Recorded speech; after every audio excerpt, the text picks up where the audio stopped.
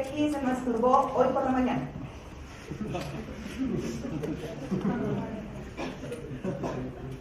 Como nadie levantó la mano, porque evidentemente nadie se debe haber masturbado hoy por la mañana, entonces eso es lo más frecuente.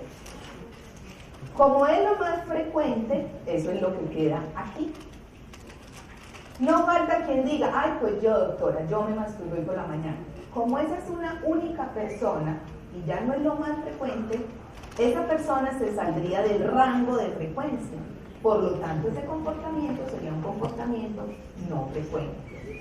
Si lo ponemos en términos de salud, entonces empezamos a decir, por lo tanto, la conclusión es, quienes hoy por la mañana no se hayan masturbado, o sea, todos ustedes, son personas sanas.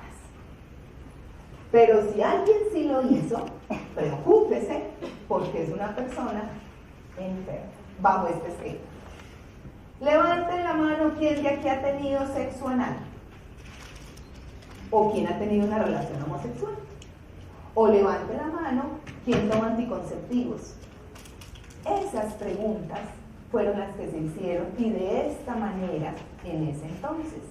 Entonces, como nadie levantaba la mano y se supone que lo más frecuente es lo sano, quienes sí lo hagan, inmediatamente nuestra conciencia van a pasar al plano de la enfermedad. Desafortunadamente, así es como por mucho tiempo se midieron los comportamientos en términos de normal y en términos de anormal. ¿Soy clara con este concepto?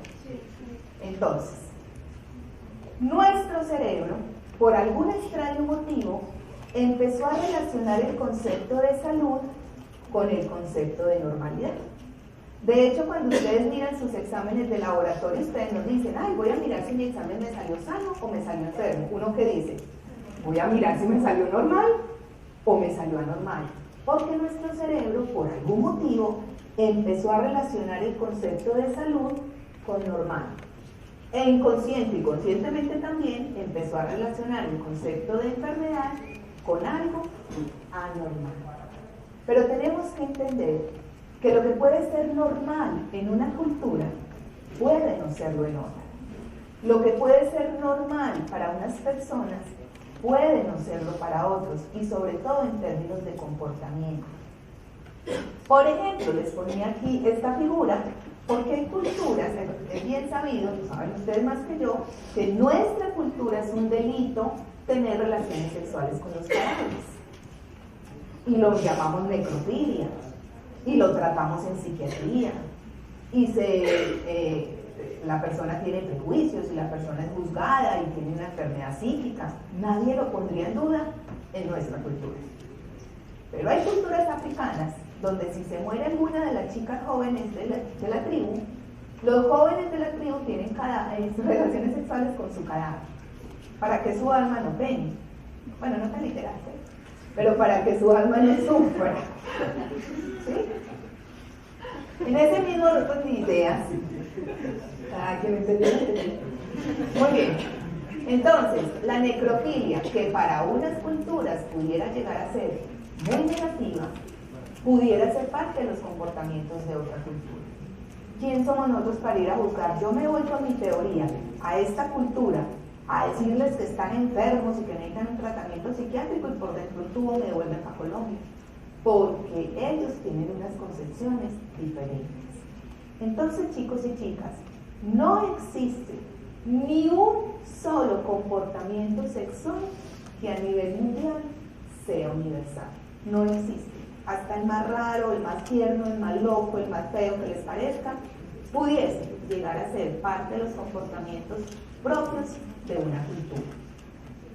Sin embargo, seguimos avanzando y algo empezó a pasar, probablemente relacionado con la influencia que la religión y la moral tienen en nuestra vida, que a un concepto que era netamente estadístico y que era netamente médico, no solamente le pusimos una concepción de normal y anormal, sino que lo empezamos a relacionar con un concepto moral.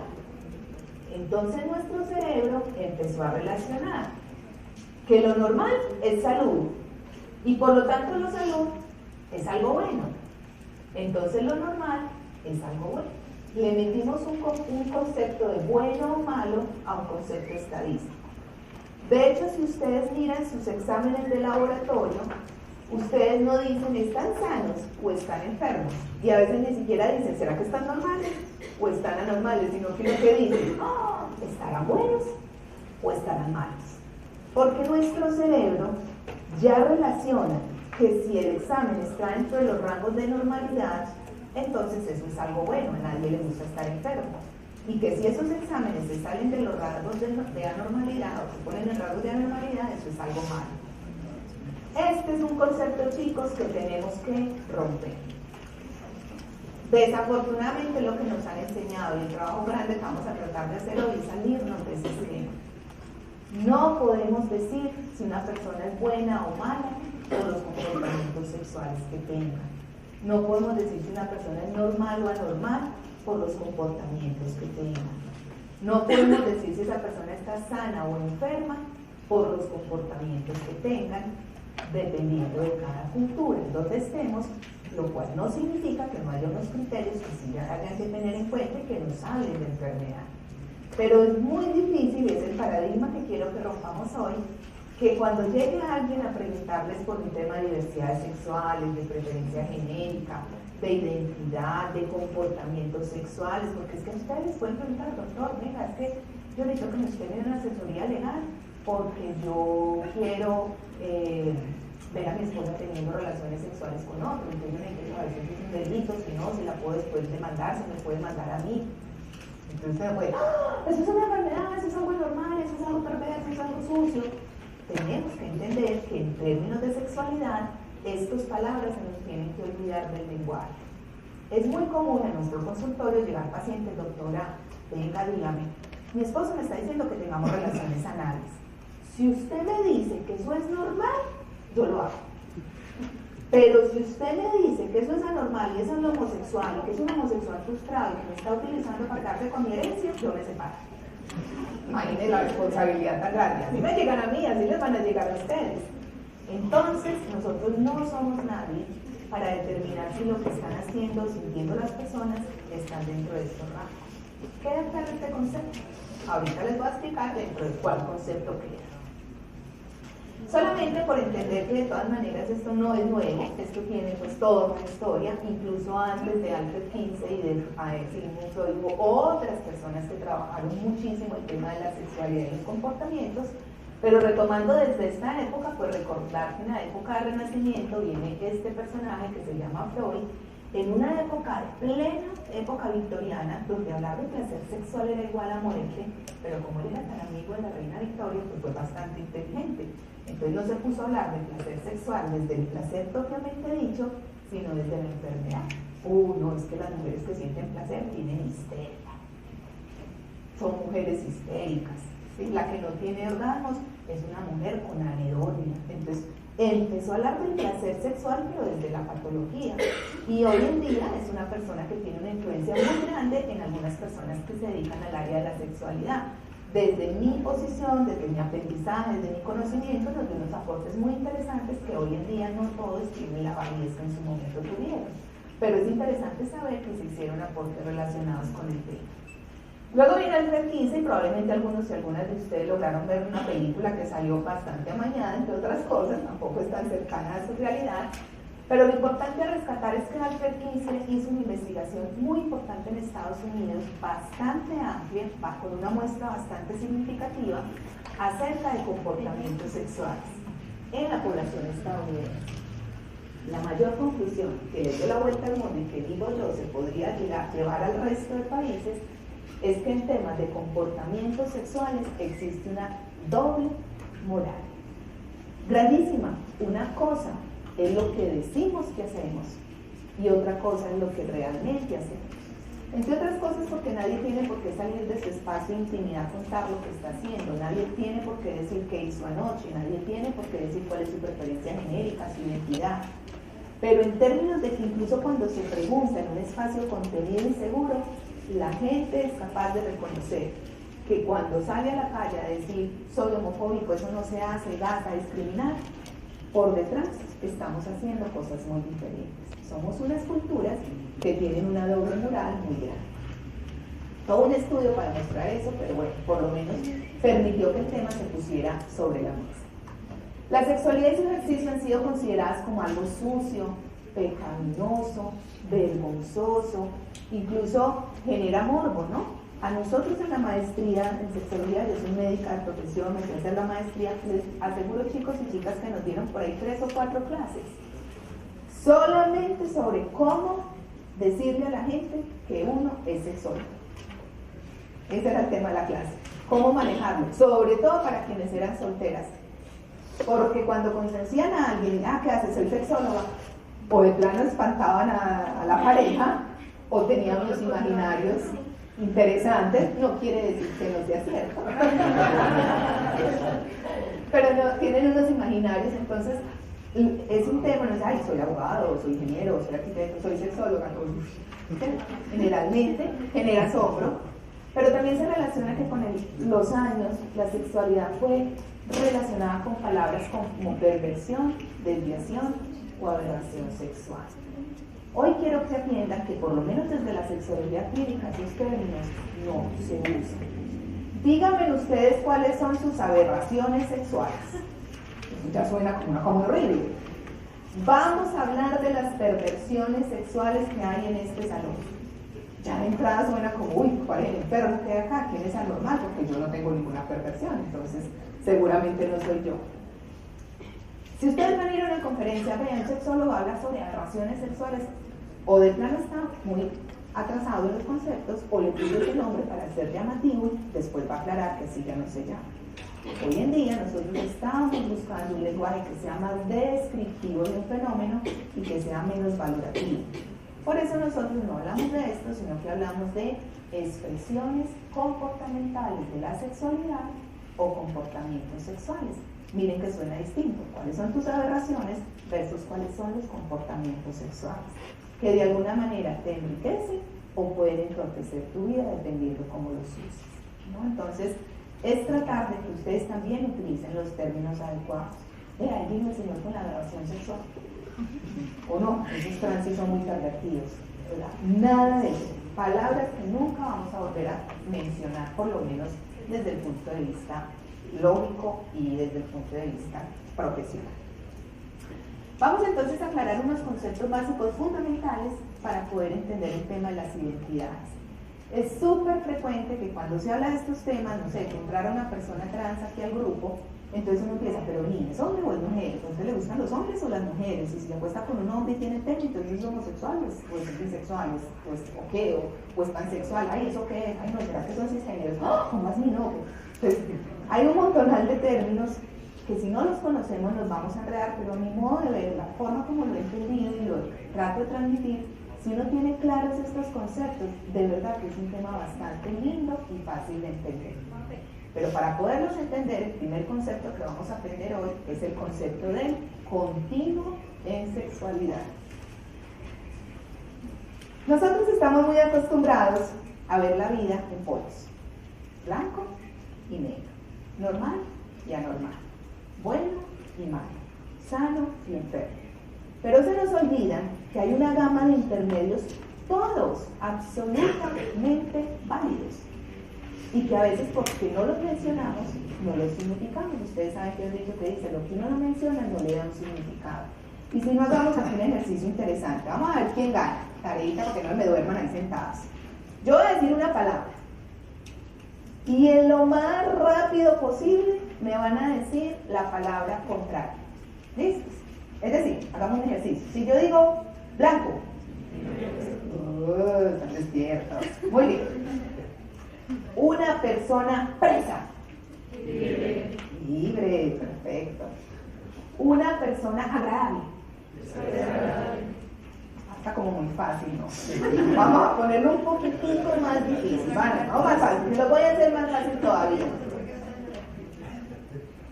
Dijimos 2 palabras. Con la misma rapidez me van a decir la entre preso y libre, la palabra intermedia.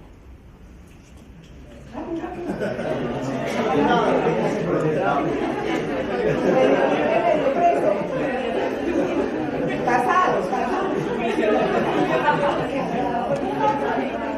Bueno, no, yo sé que estaba muy mal. Fui muy mala, eso estaba muy difícil. Una más fácil. La palabra intermedia, rápido, entre agradable y desagradable.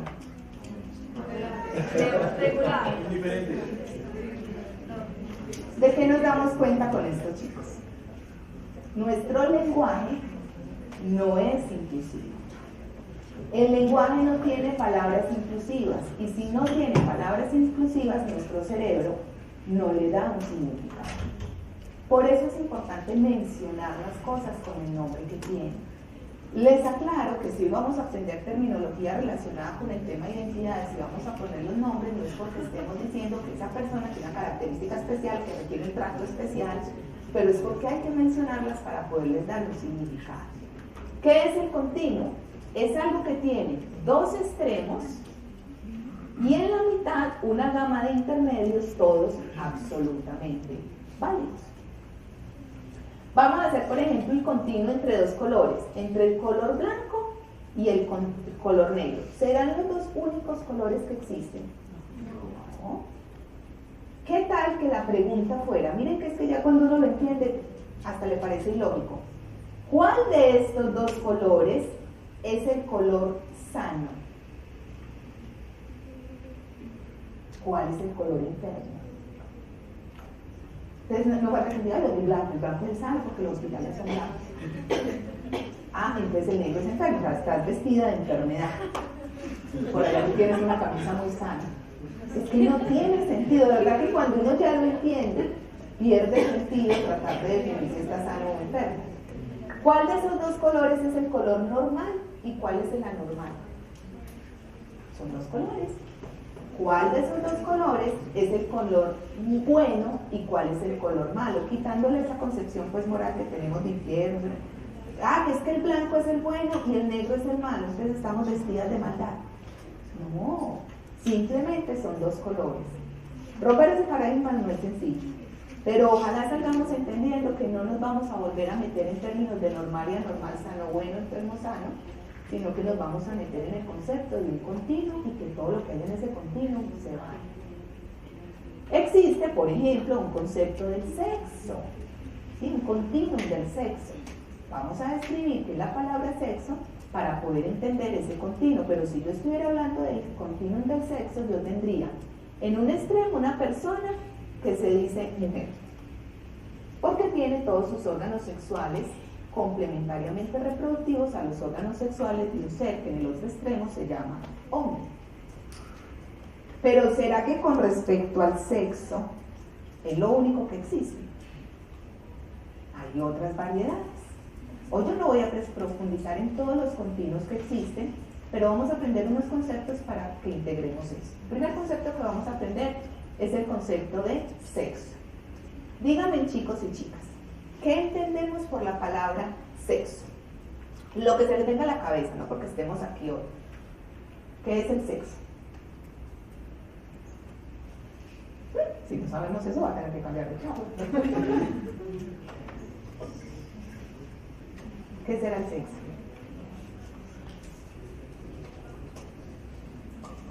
Ay, y lo peor es que no voy a seguir hasta que no me diga. Pero pueden tener diferentes como acepciones. Por ejemplo, lo que está relacionado a la intimidad. A la intimidad, entonces es lo que dice, uy, ayer tuve un sexo. Rico, ¿cierto? Pero también lo asociamos, como, por ejemplo, con el sexo femenino o las características. Como las características, como los genitales. Entonces miren que hay muchas definiciones de sexo, ¿sí? Hoy, aquí, vamos a aprender por la palabra sexo todas las características físicas, biológicas y genéticamente heredadas que nos colocan en algún punto de un continuo, puede ser en el extremo de acá, puede ser en el extremo acá o en algún punto de un continuo, en temas relacionados únicamente con las características físicas y biológicas, ¿sí? Es decir, que no vamos a volver a entender por sexo un encuentro sexual o erótico, porque si estoy hablando de características físicas y yo lo que digo es, uy, anoche tuve un sexo, pues lo que estoy diciendo es, uy, anoche tuve un pene, uy, anoche tuve una vulva en mis manos. Probablemente, a menos que se estén refiriendo específicamente a eso, ¿cierto? Pero si no es eso de lo que están hablando, vamos a entender por un encuentro erótico, un encuentro genital, sexual, pero no es sexo. La palabra sexo son únicamente las características físicas que nos diferencian como hombres y como mujeres. Es un aspecto biológico, médico de la sexualidad. Siempre que nos refiramos al sexo de una persona, nos estamos refiriendo a una característica médica. He de aclararles, porque tampoco quiero pues que se genere una controversia, en el diploma de sexualidad que nosotros damos, una abogada, una charla muy interesante sobre diferentes temas, y nos hemos dado cuenta que probablemente habrán conceptos entre el derecho y la sexualidad que no son iguales, pero les estoy compartiendo los conceptos que se manejan desde la sexología para entender estos temas. Entonces, sexo va a ser siempre lo biológico. Ahora les hablaba que el sexo tenía un continuo, porque el sexo puede tener diferentes dimensiones. Por ejemplo, está el sexo cromosómico, que es el que está dado por los cromosomas. En general, si es una niña, tiene cromosomas XX, y si es un niño, tiene cromosomas XY. Así es como se ven en el cariotipo, que es el examen que se hace para saber cómo están los genes. Pero si estos dos chiquitines nos los mostraran sin mostrarnos su sexo, probablemente no sabríamos si es niña o si es niño. Porque para poder ver si es niño o niña, pues le tendríamos que ver sus órganos sexuales. Uno no ve un niño y dice, yo voy a hacer el ADN para saber cuál es su sexo cromosómico. El sexo cromosómico está dado por los cromosomas. El sexo génico está dado, como su nombre lo dice, por los genes. ¿Sí? Los genes que hacen que tengamos unas características físicas diferentes si somos hombres o si somos mujeres.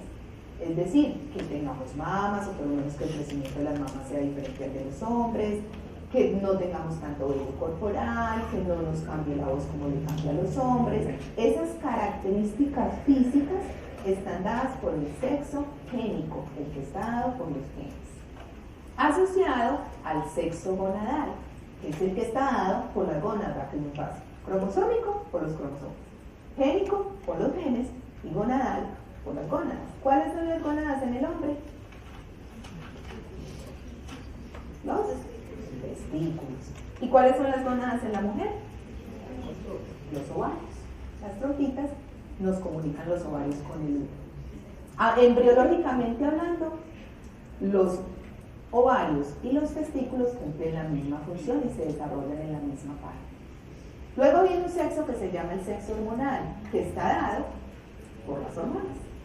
En los hombres, por la producción de testosterona en los testículos y una pequeña cantidad de estrógenos que también producen y que por el cerebro y por el hígado se convierten en testosterona. Y en nosotras, porque los ovarios producen estrógenos y progesterona encargados de la menstruación y testosterona. Nosotras también tenemos testosterona, la hormona que nos ayuda a tener deseo sexual, entre otras cosas, porque no es para lo único que funciona. Cuando una mujer tiene poquito deseo sexual, es importante medir los niveles de testosterona, porque puede ser que estén bajitos y eso explicaría esta disfunción sexual. Ay, que es que la testosterona es solo de los hombres. No, nosotros también tenemos, pero en menor cantidad. Ese es el sexo hormonal. Luego tenemos el sexo que está dado por los órganos sexuales internos. Nosotros en sexualidad no le llamamos aparato genital, ni le llamamos aparato, ¿cómo le enseñan a uno en la clase? Reproductor. Si yo le enseño a mi cerebro que este es mi aparato reproductor, ¿para qué sirve? Y en este momento de sus vidas, ¿cuántas relaciones eróticas están teniendo con el único fin de quedar en embarazo? Probablemente ninguna. No es la idea, por lo menos no en este momento. Bajo ese esquema, muchas veces, aunque parezca una bobada, por sola programación neurolingüística, por eso es tan importante sí tener claros los conceptos básicos. Si yo no quiero quedar en embarazo, mi cerebro dice, pero esta chava está utilizando su aparato reproductor para no reproducirse, y ya entra empieza a funcionar mal. Le tenemos que enseñar al cerebro que nuestros órganos sexuales tienen una función reproductiva y una placentera. Tengo el absoluto derecho de decidir si las ejerzo las dos, si ejerzo una, si ejerzo la otra o si no ejerzo ninguna. Eso es un parte del derecho. La otra dimensión es la que está dada por los órganos sexuales externos. Los internos son la próstata, la vesícula, las glándulas de Cooper en el hombre, los ovarios, las trompas, el útero. Los externos ya tienen que ver con el pene, los testículos, el prepucio, en la mujer con todos los órganos que conforman la vulva. En estos días estaba dando esta clase, ay doctora, no le diga así de feo. ¿Y cómo lo va a decir? Que la arepa, que la cosita, que es el nombre que tiene. Recordemos que los órganos sexuales externos femeninos se llaman vulva, no se llaman vagina. La vagina es un órgano interno. Ay, que es que me aporrió la vagina, que se metió. Porque la vagina es algo interno. Lo externo se llama la vulva. Los órganos sexuales externos son otra dimensión del sexo. Y la última dimensión es la dimensión cerebral, que hace que hombres y mujeres tengamos diferencias por las características de nuestro cerebro. Por ejemplo, se dice que los hombres son más focalizadores y las mujeres somos más generalizadoras. ¿Qué quiere decir eso? Un niño, o un hombre, o algunos de ustedes chicos, se mete a una niña, empecemos con la niña se mete al baño, con la toalla, con el protector, con los calzoncitos, con el champú, con la crema, con la ropa. El niño se mete y arranca, mami, pásame tal cosa, mami, pásame tal otra, mami, porque es que el hombre se focaliza en lo que está, y luego mira lo que necesita después. Otro ejemplo, un puesto de secretariado. En el puesto de secretariado la mujer es capaz de estar escribiendo, suena el teléfono y lo contesta, llega un mensajero y le recibe el paquete y sigue haciendo las cosas. Un hombre en ese mismo cargo está escribiendo y suena el teléfono, para y contesta el teléfono. Y llega el mensajero y le dice que espere hasta que termine la llamada para poder atender. Eso se llama ser focalizador, lo cual no está mal. Es diferencias que tenemos en el cerebro, por eso las mujeres seremos muy buenas para ciertas cosas y los hombres para otras. Los hombres parecen con un GPS cerebral que llegan a donde tengan que llegar, la mayoría. A menos se monta en el carro, como amor, preguntemos. Espera, que yo te llevo, no, preguntemos. Porque nosotros no tenemos, entre otras cosas, no sé si ustedes saben que los hombres ven en 3D y nosotros vemos en 2D. Por eso, uno es capaz de decir, ve, pongamos el carro ahí, es como, amor, no cabe el carro. En serio, yo creo que sí, podemos ensayar. O nos es más difícil maniobrar para parquearnos porque nosotros no vemos en 3D. Esas diferencias cerebrales de verdad que influyen mucho en los comportamientos que tenemos. ¿Queda claro esto? Muy bien.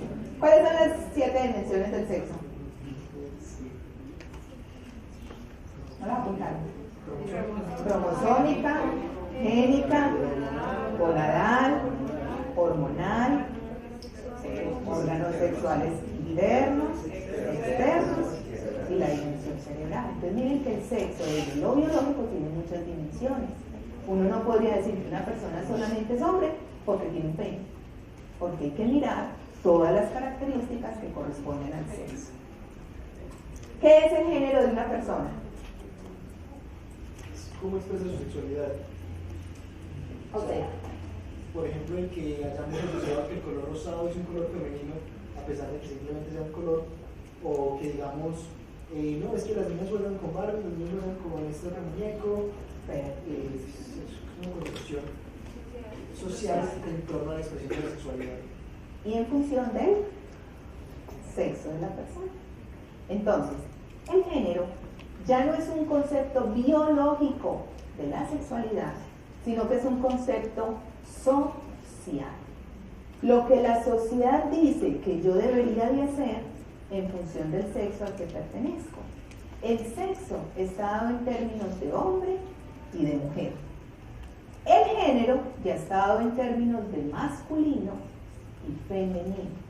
No confundan esos términos. Ahora que decíamos que es el sexo, lo masculino y lo femenino, no, eso es el género. El sexo está dado en términos de ser hombre o mujer, el género está dado en términos de ser masculino o ser femenino. Y en esa construcción del género hay unos roles, unos comportamientos, que hasta hace pocos años eran considerados estereotipados. Mujer rosado, hombre azul, mujer muñecas, hombre jarritos, que gracias a Dios ha venido cambiando, pero que todavía para muchas personas es difícil de resignificar. Muchas personas siguen creyendo que hay que educar con roles estereotipados y hoy lo que se está proponiendo es que haya una educación anestereotipada, donde las personas puedan desarrollar todos sus potenciales. Por eso hay tan buenas futbolistas, por eso hay tan buenos enfermeros, porque hay personas que tienen grandes capacidades para actividades socialmente asignadas al otro género. ¿Listo? Entonces el rol es el comportamiento que ella tiene. El sexo es lo biológico, el género es lo social. ¿Qué es la preferencia genérica?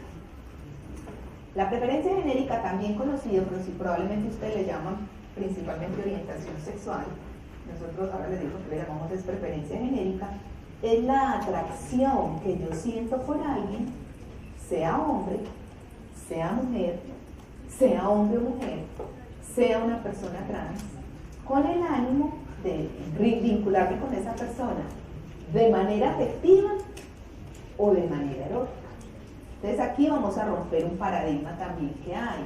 La gente dice que una persona, su preferencia genérica es homosexual cuando el hombre se acuesta con el hombre.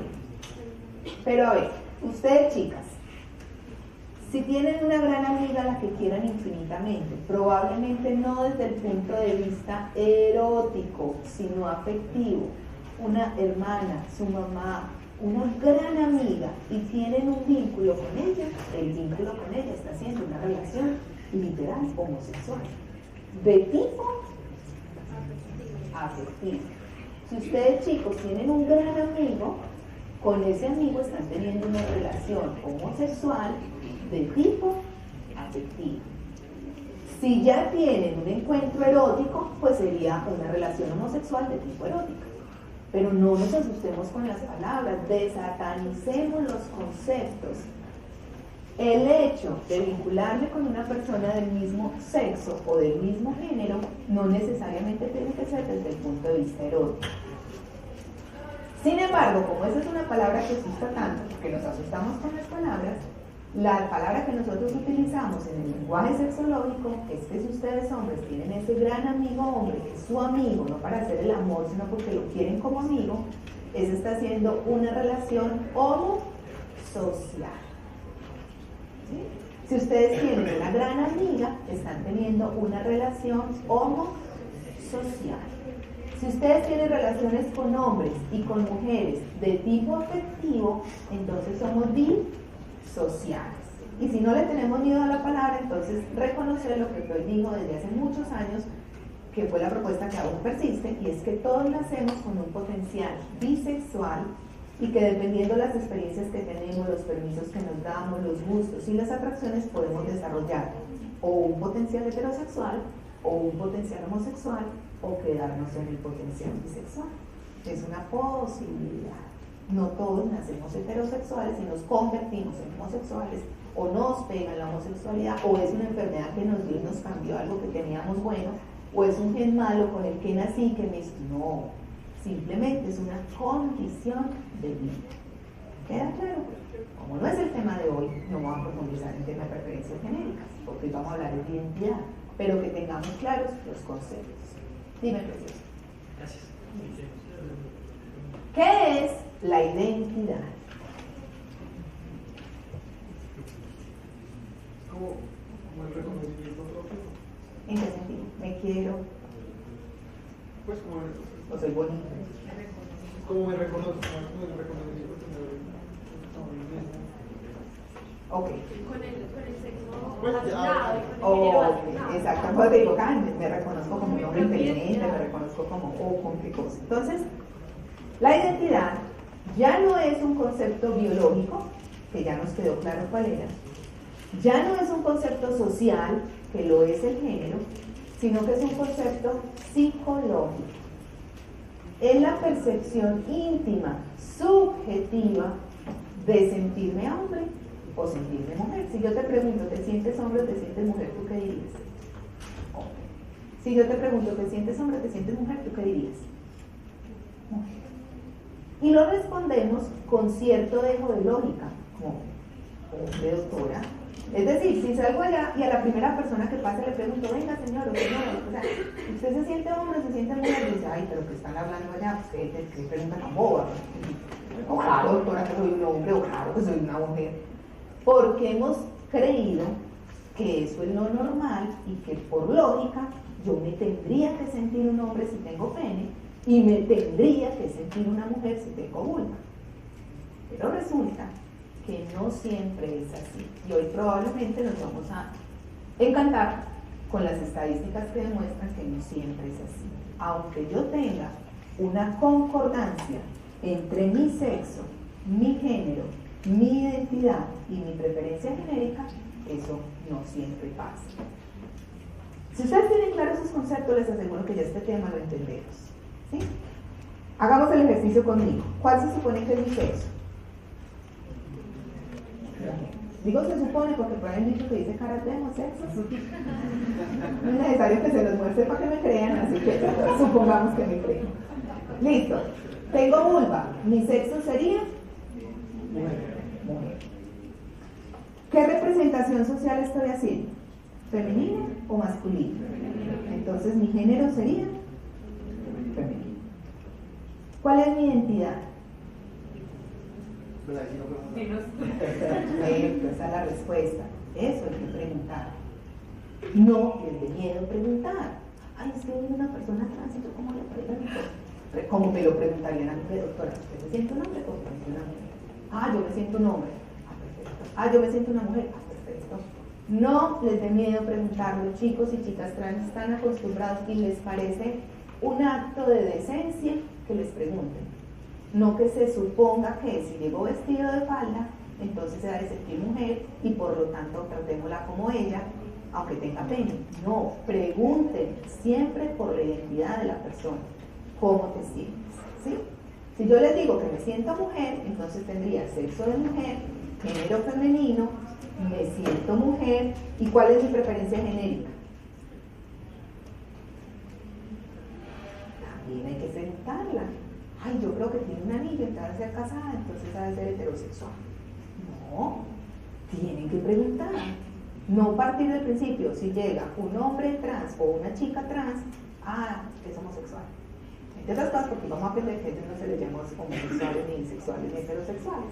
Entonces, pregunten cuál es tu identidad, cuál es tu sexo, cuál es tu género y cuál es tu preferencia genérica. Los cuestionarios están mal diseñados, porque ponen sexo, y entonces uno siempre pone femenino o masculino, ese es el género de una persona. Y si van a hacer algo con fines investigativos, también evalúen a qué están preguntando. O sea, voy a hacer una investigación sobre el comportamiento de la siembra de los campesinos en no sé qué, y voy a preguntar por el sexo. ¿Para qué necesitan saber si tiene pene? O sea, si ese es un dato importante para la investigación, pues pregunten, pero que seamos como concordantes de para qué estamos haciendo las preguntas. Y si no hay un para qué, no las hagamos. Es muy frecuente, por lo menos en medicina, que llega una chica o un chico trans a consulta a ver si le van a mandar hormonas. Se sienta frente al profesional y el profesional arranca, ¿pero a usted gustan los hombres o te gustan las mujeres? ¿Para qué necesitas esa información? Eso no va a cambiar en nada mi motivo de consulta.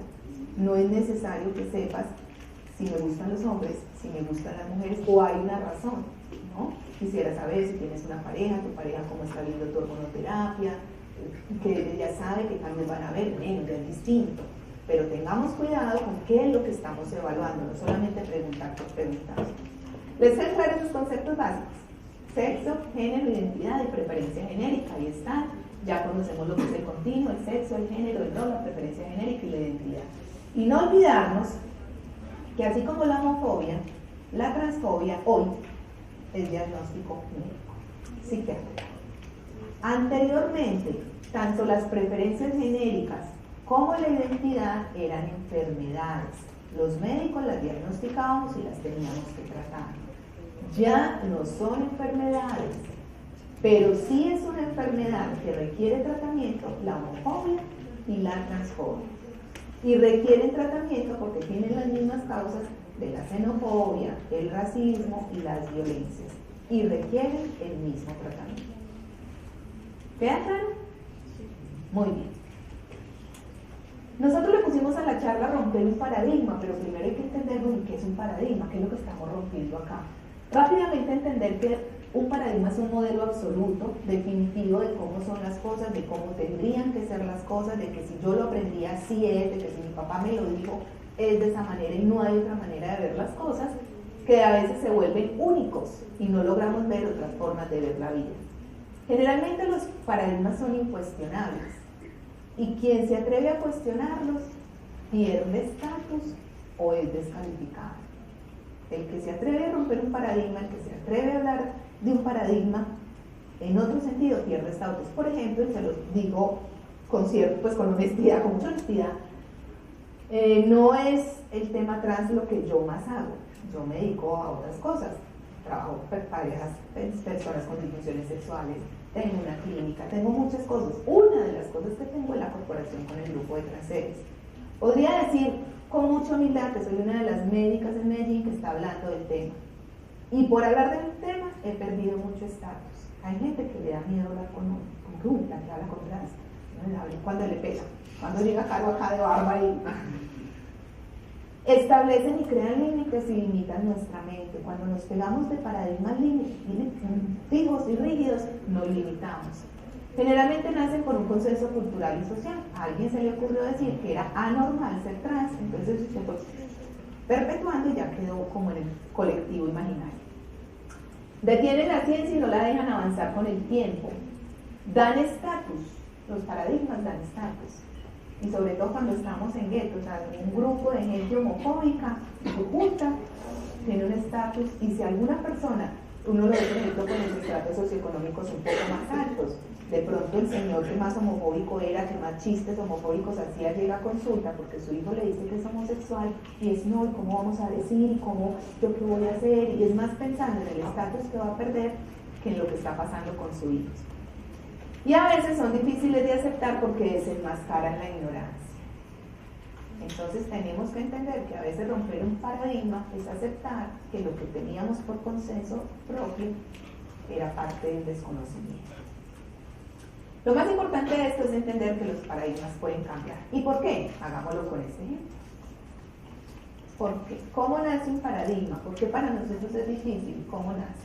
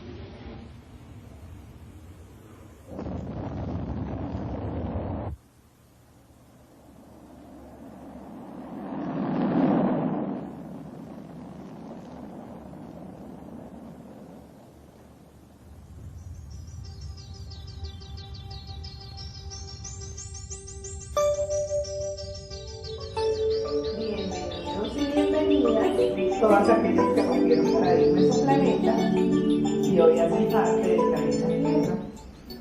¿Fuimos los grandes excluidos de otro planeta? ¿O somos nosotros los que estamos excluyendo de nuestros planetas a quienes no entendemos? Romper paradigmas es difícil, pero si seguimos con paradigmas rígidos, y te lo digo con todo el amor y el respeto, ¿qué más rígido que la medicina? ¿Qué más rígido que la medicina? El derecho, algunas, la ingeniería. Pero a veces hay que romper paradigmas porque no podemos seguir haciendo que quienes hacen parte de este planeta sean los grandes excluidos. Y bajo esta metáfora, pues probablemente fuimos los más felices en otro planeta. Hoy estamos aquí, pues no vinimos acá ni para pasar maluco, ni para hacer que nadie pase maluco. ¿Quiénes somos para juzgar a los demás? Espero que esto les deje una reflexión bonita frente al tema.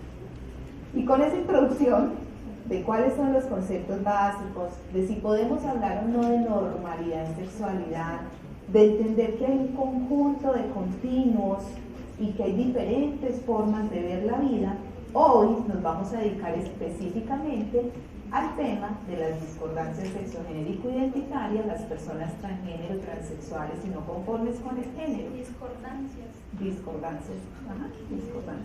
Sexogenérico-identitarias es la terminología médica que hoy se usa. Lo que pasa es que por eso les digo, hay terminología médica, sexológica, legal, y la sociológica y la sexológica que se está proponiendo hoy, que ya es hablar de personas transgénero, transexuales y no conformes con el género. Pero si ustedes van a un médico, tiene que poner un diagnóstico clínico para poderlo atender. Y el diagnóstico que aparece en el manual de medicina hoy en día es trastorno de la identidad y disforias de género. Ese es el diagnóstico con el que la persona les va a llegar. Pero la tarea grande que se está haciendo es entender que no es una enfermedad, no es un trastorno, no requiere tratamiento propiamente dicho, sino que es una de las pocas condiciones de vida que requieren de un acompañamiento profesional para que la persona logre ser feliz, pudiendo tener una identidad tanto de sexo como de género, como una identidad legal, como una identidad social, ¿sí? Pero hay mucha terminología para hablar de eso, de hecho, hay muchos términos para hablar del tema. Es muy probable que ustedes también encuentren en la literatura el término disforia de género. La disforia de género no es un diagnóstico médico. Disforia es no siento a gusto con. Euforia es me siento a gusto con. Si ustedes se sienten bien con el sexo que tienen, el género que tienen y la identidad que tienen, ustedes están con euforia de género. Pero si no se sintieran bien, tendrían una disforia de género, pero no porque disforia sea un diagnóstico médico. Es decir, ustedes no les hacen diagnóstico de estornudo, les hacen diagnóstico de gripa. La gripa puede tener estornudos, pero el estornudo no es un diagnóstico. O sea que se los digo es porque en la terminología que apunte, pues paciente con diagnóstico de disforia de género, lo estamos poniendo mal, porque la disforia de género no es un diagnóstico. Es un estado general de disgusto, intranquilidad, puede haber depresión y ansiedad que sufren algunas personas trans. Y esto también es importante tenerlo en cuenta. No todas las personas trans tienen disforia de género. Por eso no se puede generalizar. Yo me siento bien con el cuerpo que tengo, con la identidad que tengo, con el rol que he asumido, con la ropa que me pongo. Pues si eso lo dice una persona trans, entonces no tiene disforia de género. Bueno, esta es otra definición. Cuando en la terminología digamos uso de hormonas, nos estamos refiriendo a personas que utilizan hormonas para modificar su cuerpo. ¿Por qué, chicos y chicas, eso? Hasta 1962, o pongamos un poquitito más atrás, pues, anteriormente las personas trans hace muchos siglos eran considerados los dioses, las personas sabias de la cultura, eran las personas a las que se les pedía consejo, eran personas que eran tratadas de una forma incluso privilegiada, debido a que se decía que tenían un equilibrio muy bonito entre su masculino y su femenino, su yin y su yang, eran las personas que aconsejaban, bautizaban, hasta que llega la religión. Y en el momento en que llega la religión, particularmente la judeocristiana, esta condición de vida fue tachada de pecado, de castigo de Dios. Entonces imagine lo que podía sentir una persona diciendo, no, pues Dios me castigó, esto es un pecado, se tenían que esconder, las empezaron a quemar en la Inquisición, en las hogueras, empezaron a tener dificultades sociales. Después de un tiempo, viene la medicina, en el 66, y dice, esto no es un pecado, esto es una enfermedad. Uy, esto fue un alivio para muchísima gente. Y ven aquí nos ya no soy un pecado, soy una enfermedad. Pero eso para mucha gente fue un alivio gigante. Me quitaron la concepción moralista del tema y pusimos una concepción biológica. Es una enfermedad y como es una enfermedad que hay que tratar. Entonces venía una persona trans y yo decía, bueno, tú eres biológicamente un hombre, pero te estás sintiendo mujer, yo te voy a hacer sentir hombre. Y lo lleno de testosterona. Y lo pongo a ver pura pornografía pesada para que le empiecen a gustar las mujeres y es que no les gustaba. Y empiezo a llenar a esta persona ideas para que se sienta hombre. El problema es que no se empezaron a sentir hombres, se siguieron sintiendo mujeres. Entonces en el 74 viene alguien y dice, está siendo muy difícil cambiar la mente de esa persona. Lo que podemos hacer es cambiar el cuerpo. Es mucho más fácil volver concordante el cuerpo con la identidad que la identidad con el cuerpo.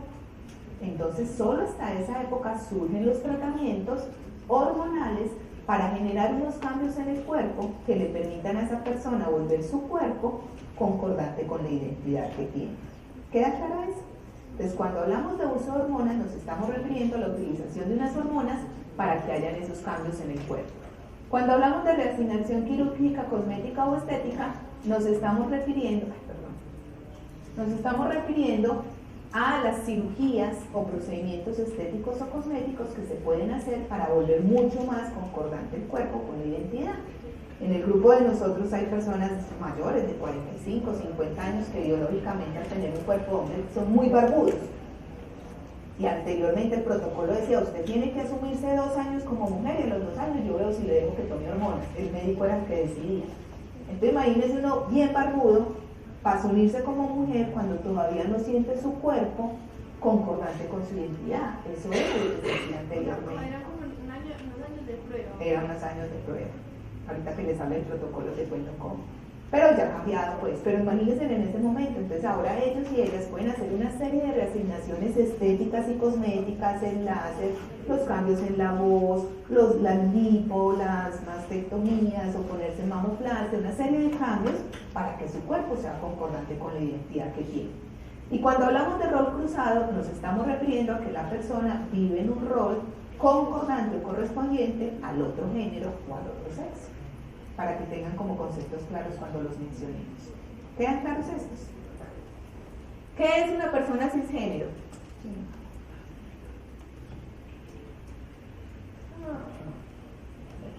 ¿Qué es una persona cisgénero? Que está cómodo con el género que... O sea que si una persona trans ya le asignan un género concordante con la identidad, ya sería... Ok. Entonces van a decir cisgéneros los que... No me insulte, doctora. Pues sí. Es la única palabra que se ha creado para mencionarnos a las personas que tenemos una relación directa con nuestro género, nuestra identidad y nuestro sexo. La persona cisgénero es la que tiene la congruencia, entre comillas, entre el sexo, el género y la identidad, ¿sí? Es lo que la sociedad espera que fuera. Entonces, si ustedes se sienten concordantes entre su sexo, su género y su identidad, ustedes son personas cisgénero, ¿listo? Porque la población trans es también, o sea, nosotros nos dicen trans, ellos nos dicen cis. Entonces, no, que es que tú conoces una amiga cis, ¿sí? Es una persona cisgénero, no los están insultando. ¿Qué es el género fluido? Es la persona que puede transitar en el género, ¿sí? Es la persona que de pronto siendo con sexo de mujer es muy masculina o se pone ropa de hombre, que siendo un hombre se pone ropa o se pone características socialmente asignadas a la mujer. O una persona, porque hay muchas formas de tener género fluido, que un día se asocia, una semana es como hombre, a la otra semana es como mujer. Esa persona tiene un género fluido. Claudio Angélica es un gran amigo mexicano o amiga, dependiendo cómo estuviera, porque cuando llegaba como Claudio, y además biológicamente era un hombre, entonces esa semana o ese mes era barbudo, era despachetado, de pantaloneta, y cuando llegaba Angélica, Angélica era una dama, entonces toda esa semana era toda una dama. Esta persona tiene un género fluido, transita entre los géneros. También se llama género fluido cuando hay características masculinas y femeninas al mismo tiempo. Ahora lo vamos a ver. Poner esta información porque es súper importante que me la tengan en claro. Un trastorno es una alteración donde se pierde el equilibrio entre lo psíquico y lo mental en una persona. Por lo tanto, las personas trans no son personas que tienen un trastorno. Esa palabra no se utiliza con las personas trans. Y patologizar es dar un etiquetamiento o enfermar a una persona por su condición de vida. Entonces, estos son los términos que hoy a nivel mundial se están utilizando. Ya se despatologizaron las diversidades sexuales, ya no son enfermedades ni son trastornos. Esto quiero que se lo aprendan, salgan hoy con esto, chicos. DAC es condición de vida. Ismo es patología. Díganme ustedes si han escuchado la palabra heterosexualismo. ¿Uno qué dice? Heterosexualidad. Porque se supone que la heterosexualidad es lo normal. ¿Y por qué lo normal? Porque es lo más frecuente. Tema que habrá que cuestionar si nos vamos para una marcha lésbica a ver si seguimos siendo los más frecuentes, ¿no? En aras de ese tema, nunca más van a volver a decir homosexualismo. Esa palabra no se usa. Es homosexualidad. No van a volver a decir bisexualismo. Es bisexualidad. No van a volver a decir travestismo, transexualismo, transgenerismo. Esas palabras ya no se usan. Es travestidad, transgeneridad o transexualidad, porque ya son consideradas condiciones de vida. ¿Listo? ¿Les queda claro este concepto? Borren ese ismo de su mente. Aparte, porque sí es bueno que ustedes se hagan estos cuestionamientos que se los dejo a la reflexión de cada uno y cada una. ¿Qué y quién define la identidad de género de los seres humanos? ¿Quién fue la persona? ¿Quién es alguien para decirme a mí que yo me tengo que sentir mujer o hombre o los dos o ninguno? ¿Quién puede arrogarse la potestad y el saber inapelable para definir la identidad de una persona cuando solo esta se percibe desde lo más profundo de sí misma? ¿Quién lo determina? ¿La ley? ¿La medicina? ¿La religión? ¿La sociedad? ¿Las personas ajenas a nosotros mismos? ¿Quién se va a poner en la posición de decirle a la otra persona cómo se debe de sentir o qué es lo que tiene que sentir? Las actitudes de aceptación o rechazo de los comportamientos sexuales en un mismo grupo humano se pueden modificar con el tiempo. Y esto es muy importante tenerlo en claro porque probablemente a nosotros nos está tocando una generación de cambios. Usted habla con una persona de hace mucho tiempo y es muy diferente a los jóvenes de hoy en día. A veces los papás son súper asustados, ¿qué va a pasar en el colegio? El bullying, no hay que. Los que más aceptan son los mismos padres, los mismos compañeros, son las que menos les importan entre otras cosas. A menos que ese chico haya sido educado por una familia transfóbica y homofóbica y lo que estés proyectando lo que aprendió en su casa. Pero en términos generales las cosas van a ir cambiando y nosotros nos tenemos que ir adaptando a esos cambios históricos y sociales. A veces esto es lo que pasa desde la ley. ¿Sí? A veces cuestionamos, juzgamos, discriminamos, pero permitimos otras cosas que también pasan en nuestra cultura. Y frente a este tema es bastante común, a ustedes les va a tocar mucho el cuestionamiento de la posibilidad que los chicos y chicas trans tengan para el ejercicio de su maternidad y su paternidad. ¿Ah? Pero ¿cómo así? No, pues pobrecito ese bebé, pobrecita, no, va a tener una mamá, un papá, dos mamás, dos papás. Pues yo creo que tenemos un ejemplo sagrado de una muy buena persona que tuvo dos papás y aparentemente lo hizo muy bien. Así que, ¿por qué cuestionar si una persona trans pudiese o no ser un buen papá o una buena mamá, o una persona homosexual, hombre o mujer, pudiera ser un buen papá o una buena mamá?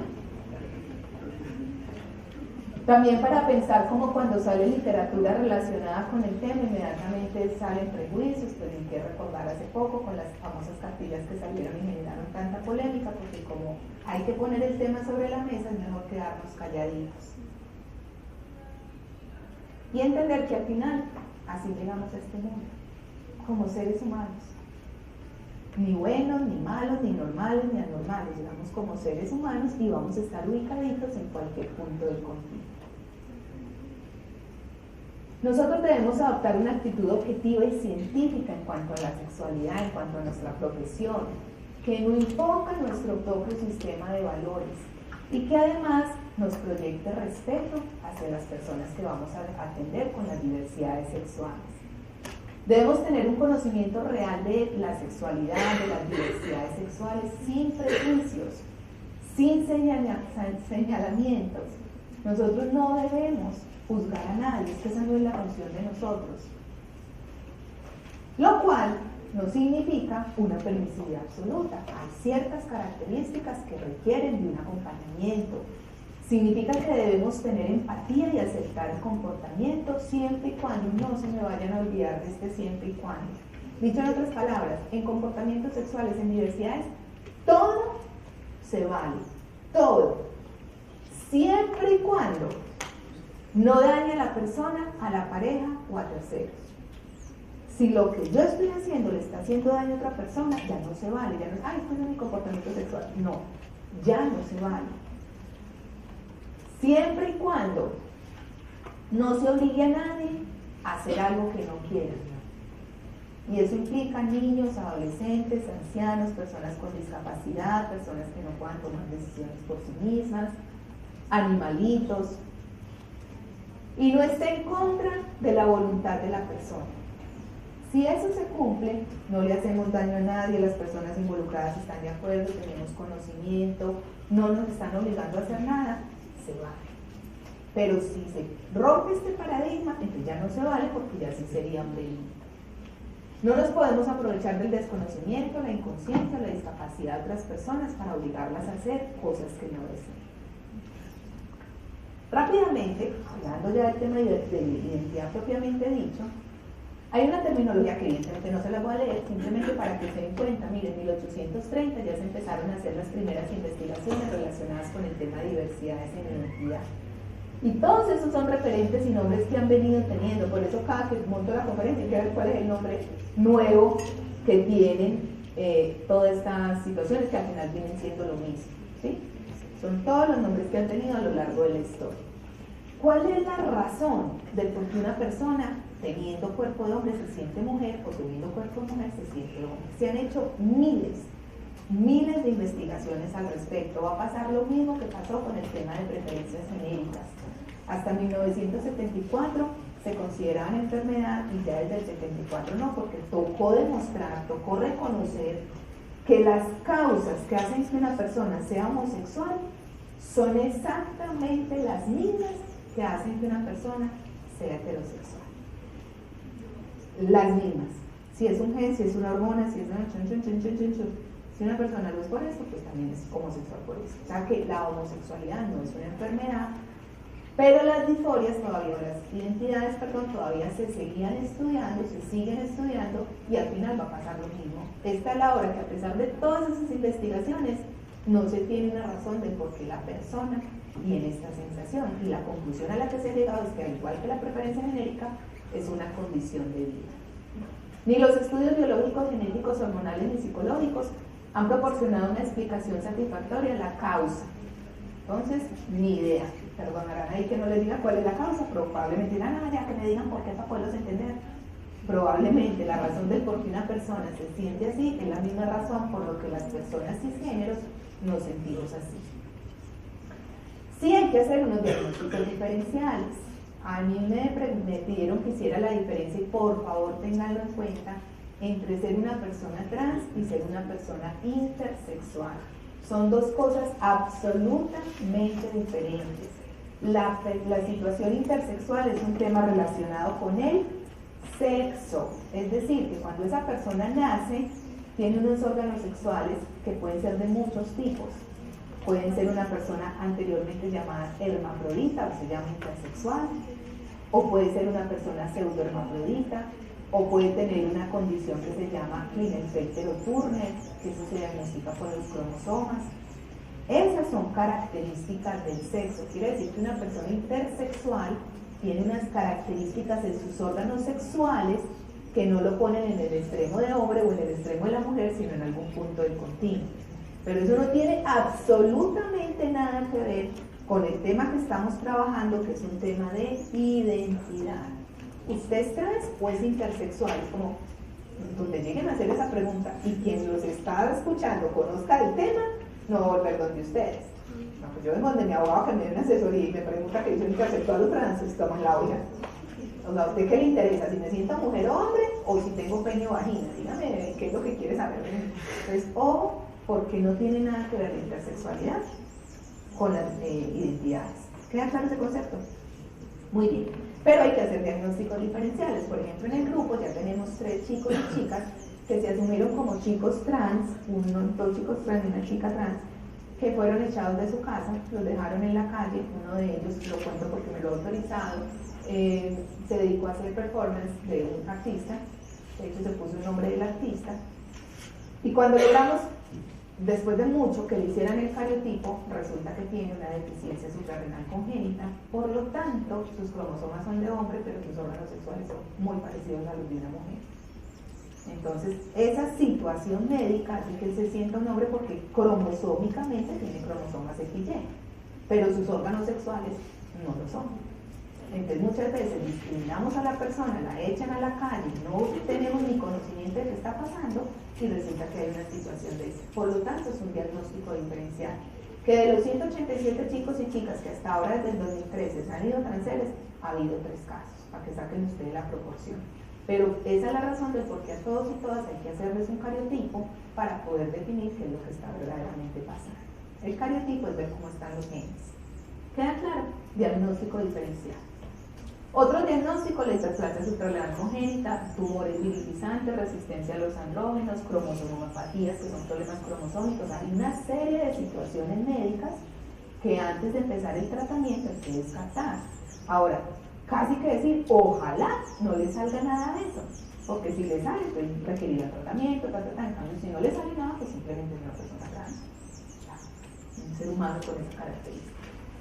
Desde el punto de vista psiquiátrico también hay que hacer unas enfermedades, unos diagnósticos diferenciales, por eso es importante la valoración por psiquiatría. Desafortunadamente esto no nos hablan en la universidad, los psiquiatras no saben qué hacer, no sé qué evaluar. Es una evaluación súper sencilla para descartar que no tengan esquizofrenia, trastornos de personalidad, algún tipo borderline, etc. Y una vez se descarte todo esto, pues simplemente la situación es que es una persona trans.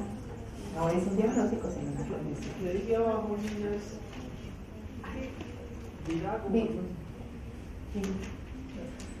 Mira,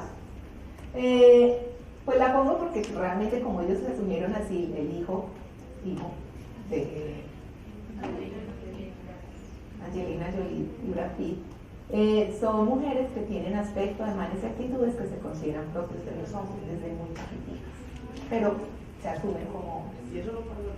También, pero se llaman niñas, pues generalmente se asumen a niños o niños de edad. Bueno.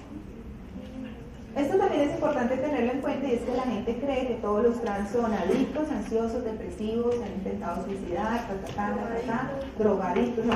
Es decir, ¿quién que lo rechacen, que se rían de, que no se llena de ansiedad y angustia? Y por supuesto, algunas personas recurrirán a psicoactivos o a depresión o ansiedad producto de la condición de vida. Pero es impresionante cuando empiezan su proceso y se sienten respetados, entendidos, entendidas, y se les convierte en una motivación empezar su tratamiento, que droga, ni que depresión, ni que ansiedad. O sea, no es que la identidad que no sea cisgénero se asocie con depresión, es que es muy propio sentir depresión cuando uno no se siente aceptado por las personas que ama. Algunas discordancias sexogenéricas son, vamos a mencionar algunas para que las conozcan porque todas son muy diferentes. El objetivo de que conozcan las diferencias, por lo menos desde el punto de vista sexológico, es porque el acompañamiento es muy distinto. Supongo que desde lo legal también, ya les voy a explicar por qué.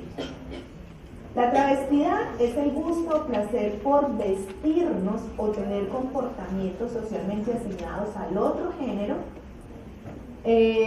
un ratico al día. Un ratico al día. No lo hago las 24 horas al día. Si yo lo hago con el fin de excitarme, se llama fetichista, travestismo fetichista. Yo me estoy poniendo los calzoncillos de mi esposo porque me genera excitación. Ese sería un comportamiento travestista fetichista. Que cuando hacemos el amor yo me pongo las tangas de mi novio y me cae un testículo por un lado y otro así, y pasamos más de rico. Ese es un comportamiento transvestista de esa persona. Es un ratico al día. Que yo trabajo en un bar fue el único trabajo que conseguí, soy travesti en un bar y me visto porque doy espectáculos. Lo hago un ratico al día y no me estoy excitando, es un comportamiento travestista, no fetichista. Yo lo hago para excitarme, es un comportamiento travestista, fetichista, travesti fetichista. Queda clara la diferencia entre el uno y el otro. Pero en ambos lo hago un ratico al día. Como es solamente un ratico, no busco hormonas, no busco cirugías, no busco reasignaciones estéticas, solamente hacer algunos cambios propios del género contrario. Parcial se llama cuando lo hago con algunas prendas, solo unas tangas, solo una brasier, o total cuando hago un cambio completo. Hoy en día en nuestra cultura es bastante frecuente que las parejas cisgénero y heterosexuales estén utilizando comportamientos transvestistas en sus relaciones sexuales. Son demasiadas las parejas que me llegan a terapia. Doctora, es que él me dice que le gusta vestirse de mujer cuando hacemos el amor. Dígame usted nuevamente, si eso está bien me quedo y si está mal me voy.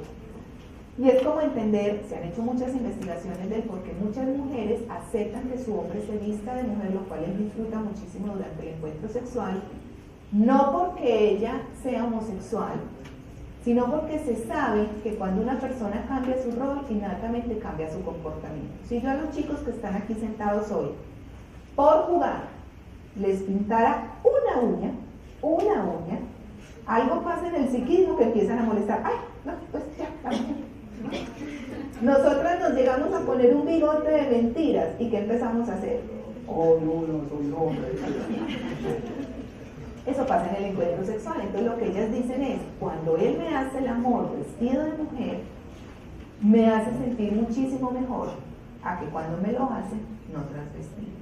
Entonces no me confundan un comportamiento, un tema de identidad con un tema de preferencia genérica. No todas las personas, hombres que sienten de mujer, son homosexuales. ¿Queda claro eso? No hay una relación directa en que si me gusta vestirme de mujer soy homosexual. Ese sería el travestismo, o la travestidad, perdón. ¿Qué es la ageneridad? A es sí. Entonces las personas agénero son las personas que no se identifican con ninguna de las características socialmente expuestas. ¿Han visto ustedes personas que cuando ustedes la ven dicen, o es un hombre o es una mujer? Como que no sé si es hombre o es mujer, como esa persona es agénero, no está haciendo una representación de género. Y existen las personas bigénero. Bueno, estas son una colección de un artista de modelaje que sacó una colección bastante a género, porque de todas maneras son personas que no encuentran ropa fácilmente, porque de todas maneras o es para hombre o es para mujer. Entonces ya a nivel mundial se están generando procesos de ropa a género. ¿Qué serían las drag queens? Son personas que en su representación física hacen una exageración de la representación femenina. Una persona drag no es una persona transgénero ni una persona transexual, ¿sí? Es decir, la característica principal del transgénero y de la persona transexual es que nunca quisiera sentirse un hombre disfrazado de mujer ni una mujer disfrazada de hombre. Por eso sufren tanto cuando no pueden hacer el cambio completo. Mientras que las personas drag, entre más exageradas estén, más lo disfrutan. Hay personas que lo hacen porque se sienten bien, hay personas porque les gusta romper paradigmas, generar en los demás confusión. ¿Sí? O sea, que puede estar más relacionado con la travestida. Travestida. Es una forma de travestida. El abanico de la travestida es súper grande. Hay muchos tipos de travestida. ¿Qué es la bigeneridad? La persona bigénero es la que en sí misma tiene la representación de los dos géneros, ¿sí? Como es el caso de Conchita Wurst. No sé si la conocieron, la cantante. Se caracteriza por tener cosas de lo masculino y de lo femenino. La persona bigénero, los chicos bigéneros que hay en el grupo nos dicen, no, yo no necesito hormonas. Son chicos bigénero porque bueno, entre otras cosas, ustedes los mencionan o las mencionan de acuerdo al género que la persona esté representando. Si viene como hombre, trátelo como hombre. Si viene como mujer, trátelo como mujer. ¿A usted qué le importa lo que tenga entre las piernas, entre comillas? Pues, a menos que sea lo que le interese. Pero si no, usted trata a la persona con el género que está representando. En este caso, ¿cómo lo trata? ¿Como él o como ella? Entonces, es la razón de por qué se está buscando un lenguaje más inclusivo. Ay, pero ¿para qué hablan así? Que él y ella, nosotros y nosotras, vosotros y vosotras. Puede que suene a veces un poquito cansado. Alguna vez estaba dictando una charla y yo era nosotras y nosotros, ellos y ellas, y me dicen al docente, no, nosotros ya entendimos que usted quiere mencionarnos a todos, ya, no, ellos y ellas, ¿quieres que los traten un solo género? Sí, doctor, listo. Todas las que estamos aquí, a partir de ahora vamos a hacer tal cosa. A los 2 minutos el mismo señor me está diciendo, yo no me siento incluido en lo que usted está diciendo. Porque nosotros sí nos debemos sentir incluidas si no nos están mencionando. Ahora, lo mismo está pasando con la persona bigénero, y entonces viene la propuesta de hablar del ES. De hecho, en el grupo, los chicos bigéneros nos han dicho, ay, yo hablo ellos, ellas y ellas. Y allá ya es parte de nuestro lenguaje en el grupo. Muy bien.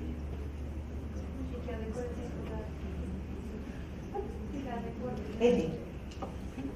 Cuando hablamos de Laura Daniel, es ella. Su documento de identidad Laura sale, porque es bigénero, tiene los dos géneros. La mayoría de veces las personas bigéneros no buscan hormonas. Entonces, por ejemplo, algunos de los chicos, discúlpenme la palabra de la grabación que vaya a quedar, pero dicen, no doctora, es que yo soy un hombre, solo que tengo las aquí arriba, ¿cierto? Vamos a decir la palabra. ¿Qué es la transgeneridad? La transgeneridad es una condición humana caracterizada porque el rol y el comportamiento cruzado ya lo hago las 24 horas al día. Ya no es un ratico, ni es por buscar excitación. Las 24 horas al día me siento un hombre en el cuerpo que tengo. Me siento una mujer en el cuerpo que tengo. ¿Sí? La gran característica es que ellos y ellas no buscan reasignación quirúrgica de órganos sexuales. Entonces no se me vayan a enredar también con eso. A veces es que te vas a operar. No, yo no me voy a operar antes, vos no sos trans. Y empiezan a enredarse con, no, es que no todas las personas trans buscan reasignación de sus órganos sexuales. Con que la identidad y el género sean concordantes, no necesitan modificar sus órganos sexuales. De hecho, en el caso de los chicos trans, les crece tanto el clítoris con la hormonoterapia y es muchísimo más funcional que una cirugía de hacerle el pene, reasignación de pene, que la mayoría al final no terminan operándose. Entonces, quitemos el concepto de que ser trans es igual, algún día se va a tener que operar los órganos sexuales, porque los disfrutan. Y uno de mis trabajos grandes con ellos, es el mismo que en casa de herrero cuchara de palo, están con la sexóloga de la ciudad. Yo me preocupo muchísimo porque puedan seguir teniendo satisfacción sexual. La mayoría tienen pareja, algunos tienen ya hijos, si no es que están ennoviados. Entonces, para que puedan seguir teniendo satisfacción sexual. La gran característica de la persona transgénero es que no busca reasignación de órganos sexuales. Ahí tenemos una foto. Supongamos que no estuviéramos hablando de este tema, ¿ok? No sé si van a censurar la película, el video. Este se supone que es un hombre o una mujer. Desde la representación social es un hombre o una mujer. Es una mujer. Es decir, ay, pero si se le nota. No. La representación social es de una mujer. ¿Y esta es la representación social? De un hombre. Lo que pasa es que este hombre tiene órganos sexuales de mujer. Porque con las hormonas modificó su cuerpo para que las características y la apariencia física fuera masculina. ¿Sí? Hombre o mujer, ¿cuál es la representación social de esta persona? Mujer. Uno podría decir que es travesti. ¿Cuál es el concepto de ser travesti? ¿Qué? Un ratito. ¿Usted cree que una persona que se siente un ratito va a tener senos, va a tener el cabello como lo tiene? Esto no lo hace una persona travesti o un drag. ¿Sí? Esto lo hace una persona cuyos órganos sexuales sean hombre o mujer. ¿Ok? De hombre. O sea, sus órganos sexuales son de hombre, pero evidentemente una representación social de mujer. ¿Por qué me atrevo yo a decir que es una persona transgénero y no es una persona transexual? Porque la característica principal con la persona transexual es que la persona transexual odia sus órganos sexuales. Hasta que no se los opere, no es feliz. Y una persona transexual no se tomaría esta foto, porque odia sus órganos. Se mira en el espejo y le da asco lo que está viendo. ¿Sí? Hombre o mujer, desde la representación social. Hombre o mujer. De la representación social es femenina, pero sus órganos sexuales son masculinos. Y aprovecharía, ya vamos a terminar.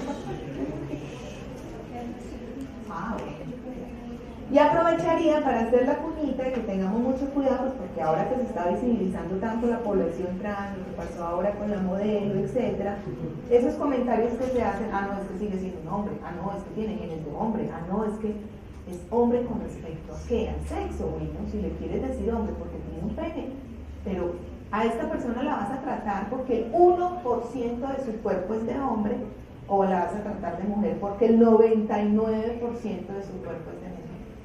Esa es la parte. Acuérdense que no hay solamente un sexo relacionado con los órganos sexuales.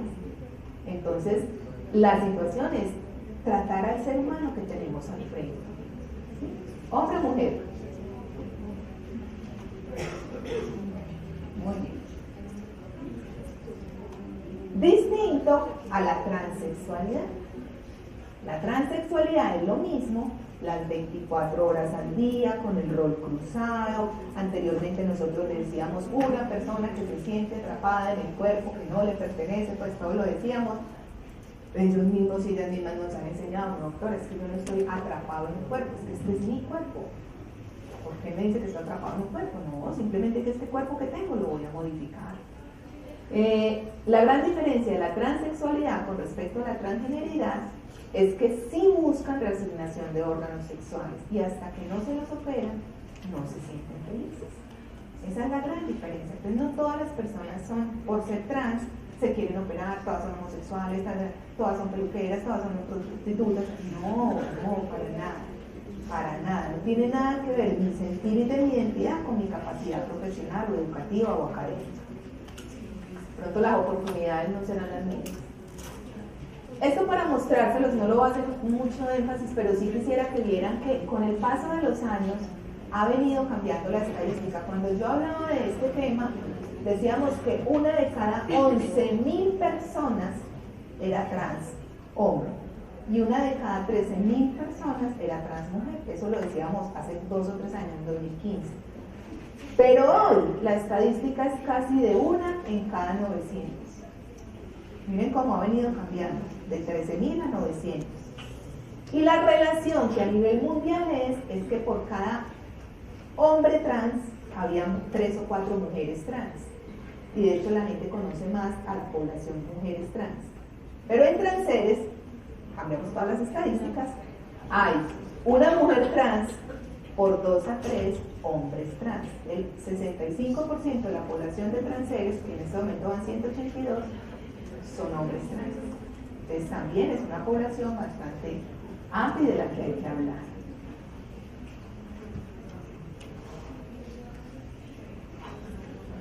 Este tema para que lo tengan en cuenta, chicos. En la población trans no se habla de ser homosexual, bisexual o heterosexual. Si yo como Carolina Londoño me asumo como una mujer heterosexual, cisgénero, ¿qué estoy diciendo? Que a mí me atraen ¿quiénes? Los hombres. Y que yo me siento mujer en el cuerpo que tengo y asumo esta identidad. Pero si entrara un chico trans, supongamos que voy a poner este ejemplo, no, yo soy un hombre aunque tenga este cuerpo, ¿sí? Y yo te preguntara a ti quién te atrae y me dijeras, me atraen los hombres, entonces uno empieza a ver, es un hombre, pero tiene vulva y le atraen los hombres. Entonces si ella es hombre y él es hombre, entonces son homosexuales o son heterosexuales. No, que ruido tan de raro. Entonces, para que no nos confundamos así, en la población trans se dice, si a mí como hombre trans me gustan las mujeres, soy ginecofílico. Recuerden que la palabra filia significa gusto por, no significa enfermedad. Gastrofilia, gusto por la comida. Logofilia, gusto por la lectura. Audiofilia, gusto por los sonidos. ¿Sí? Filia no es enfermedad, es gusto por. Entonces la ginecofilia es el gusto placer por las mujeres. Si a ese hombre trans le gustan las mujeres, es ginecofílico. Si a una mujer trans le gustan las mujeres, es ginecofílico, le gustan las mujeres. ¿Sí? Androfílico es me gustan los hombres. Y bifílico, me gustan los hombres y me gustan las mujeres. Entonces, si llegasen algún día a recibir una historia mía para algún proceso judicial, es muy probable que les llegue paciente transgénero y si se necesita saber que es androfílico. Ustedes saben que existe ¿qué quiere decir eso? Independientemente de que sea transmujer, transhombre, bigénero, agénero, le gustan los hombres. ¿Queda claro ese concepto? Bueno, rápidamente por contarles que hay un protocolo que nosotros manejamos. Entender que hoy en día el protocolo dice que las terapias reparativas son antiéticas, no hay nada dañado, por lo tanto no hay nada que reparar.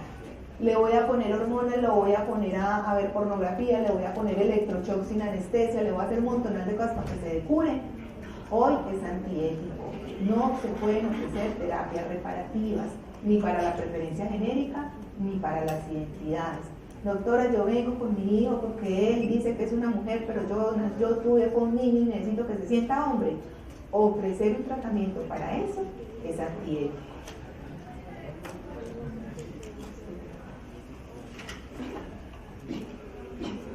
Se hace un abordaje, el protocolo tiene un abordaje integral que debe ser desde el punto de vista médico, pero que consta de 6 pilares. De pronto no sé mucho ahí, son la evaluación diagnóstica, la valoración por psiquiatría, la valoración por endocrino, la terapia hormonal, los procedimientos de reasignaciones estéticas y cosméticas, las cirugías de reasignación y la reasignación legal, que es en parte lo que ustedes más deben de conocer. El diagnóstico debe ser interdisciplinario y acompañado por un equipo interdisciplinario, ¿sí? Nuestra función no es decidir si se atiende o no a la persona. Nuestra función es acompañar en el proceso a la persona. Si sienten que no pueden, es mejor que lo digan. No puedo, no conozco el tema, no me siento a gusto, no soy transfóbico, pero no se trata de atender a alguien para poder hacer daño. Nuestra función no es sanar, pero sí nuestra función es no enfermar con nuestros prejuicios y con nuestro desconocimiento, ¿sí? Yo voy a adelantarles un poquitito a la parte de algunas, bueno, estas son las reasignaciones que hacen. De pronto tener en cuenta desde el punto de vista de la asesoría legal que hay un montonal de preguntas que ellos tienen desde el punto de vista legal que van a estudiar y nos van a resolver en la clase. Sí, ya. Solo aquí para ponerle las preguntas, que con esta ya está la última, estas son las últimas. Que me parece importante que ustedes estudien y tengan la respuesta. A veces me las hacen y yo no tengo ni idea que responderles. Por ejemplo, los chicos tienen que sacar tarjeta militar. ¿Cómo es el tema del ejército? Las chicas, ¿qué deben hacer con la tarjeta militar? ¿Tienen que ir a decir que ya no lo son o que ya no son hombres o qué? ¿Cuál es el procedimiento a seguir en caso de que los chicos con tarjeta, en caso de chicos con tarjeta militar que han buscado la anulación de la misma y borrar los registros de las bases de datos y del ejército? Porque hay personas transexuales que ya hicieron el trámite para que ya en ninguna parte parezca que alguna vez fueron mujeres. Hicieron todo. Entonces, ¿qué pasa a nivel legal con el registro en el ejército? ¿Qué pasa con el tema del derecho al matrimonio? Pueden hacer capitulaciones, procesos de separación, adopción de hijos. ¿Qué pasa con el tema de las herencias? ¿Cómo manejar el tema de los hijos a nivel social? Colegio, iglesias. Todo lo relacionado con documentos legales. Esta es la que más hay. O sea, en todas partes nos ofrecen extranjeros que nos ayudan para que cambien el nombre. Eso como que sí lo saben mucho. Cédula, cambio de sexo en los documentos legales, cambio de nombre en los diplomas, registro civil, visas, pasaporte, cambio de nombre en empresas donde se trabajó antes, para que les puedan dar certificados laborales. ¿Cómo hacen, por ejemplo, que hemos tenido varios casos de chicas que pidieron, no sé, se presentaron un examen, hay 3 médicos en francés, antes eran médicas, y como médicas presentaron un examen en España para irse a hacer allá la especialización. Entonces están esperando la respuesta, pero ya ella no existe, sino que está él. ¿Qué pasa en ese caso? ¿A quién hay que informarlo? ¿Cómo? Trámites bancarios, temas de préstamos y cuentas, cómo aportar a empresas y colegios para cambios en los registros internos de los mismos y manuales de convivencia. Manejo de requisas de la policía. Yo soy una chica trans, ¿a mí quién me debe requisar? ¿Una policía o un policía? Y una de las chicas me dijo en estos días, yo no voy a cometer un delito, pero en el caso de que yo cometiera un delito, a mí me llevan a la cárcel de hombres, a la cárcel de mujeres, allá hay baños para nosotras, ¿qué hacemos en ese caso?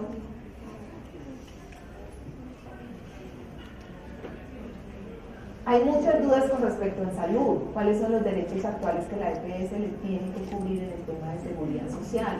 ¿Cómo agilizar las citas? Es un tema que está pasando mucho. No le niegan la cita y como no la niegan, no puede poner tutela, o tampoco la dan. Pero uno no puede poner una tutela hasta que no le nieguen un tutela. Ay, no me han negado, pues tampoco me lo dan. ¿Yo qué puedo hacer con eso? Las diferencias entre derecho de petición y tutela, porque algunas ya llegan con el nombre tutela. No, voy a ir a la EPS y voy a llevarme una de la tutela, no para que ni siquiera ha sido, pues. Entonces, ¿cómo hacer esto? ¿Qué cubre la tutela integral? Porque hay unas que las hacen integrales, hay otras que las hacen no integrales. Pues. Si una persona se pasa al régimen contributivo, al vinculado o al CISBEN, pierde sus derechos. Si había una autorización pendiente en el régimen contributivo y se pasa al vinculado, debe iniciarse de nuevo todo el proceso. cómo manejar la entrega de medicamentos, porque el médico, bien difícil que es, pero consiguen uno que los atiende. El servicio de atención, bien difícil que es, pero consiguen que le manden todas las órdenes. Van del endocrino, el psiquiatra, el clínico, el laboratorio, tal, tiene todo. Y llega a la farmacia a pedir el medicamento, no, usted no lo puedo dar porque usted aquí el sistema dice que usted es M y usted me está diciendo que usted es M. Entonces la farmacia le niega el medicamento. ¿Qué hacer con esos temas? Esas son las preguntas que nos han hecho, ténganlas ahí, estudienlas, respóndanlas. De esto es lo que les van a preguntar las personas cuando lleguen a ustedes.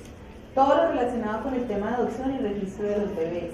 Les compartía que ya estoy abuelita, ya nació un bebecito de una pareja trans del grupo. Entonces estamos con la cosa de que van a ser dos mamás, o porque ya la mamá trans ya cambió sus documentos como mujer, entonces ella socialmente aparece como mujer y él es hombre trans, pero pues estuvo embarazado, entonces va a ser dos mamás, o va a ser mamá y papá, o qué onda con eso. Puede un bebé de pareja trans tener dos mamás, aunque el componente de sexo cambie en la madre biológica. Derechos con respecto al aborto. Oiga, que no lo compartieron en Profamilia, estamos teniendo aquí un problema grandísimo porque llega un hombre trans a abortar y el sistema no nos permite, un hombre que está abortando. O una mujer trans hacerse la vasectomía, el sistema no nos lo permite. Entonces, ¿cómo trabajar histerectomías y cuando el componente sexo ya ha cambiado en el documento? Pedro Pérez llega a abortar, Adriana González llega a hacerse la vasectomía, ¿cierto? Entonces son temas que ojalá los revisen porque es lo que les van a preguntar. Rápidamente decirles que tengo un grupo de acompañamiento que se llama Transeres, tiene chicos y chicas trans, les hacemos el acompañamiento desde lo espiritual, lo emocional, lo médico, lo legal, por eso pues las alianzas que estamos haciendo con el consultorio jurídico, tenemos las alianzas también con FAUS, Familiares y Amigos Unidos por las Diversidades Sexuales, inició en el 2013.